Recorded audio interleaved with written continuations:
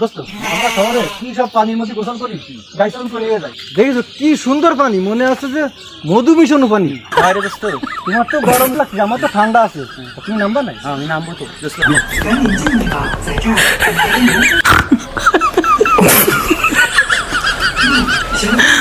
পাইছি সৌরগের কিছু যাইতে হবে।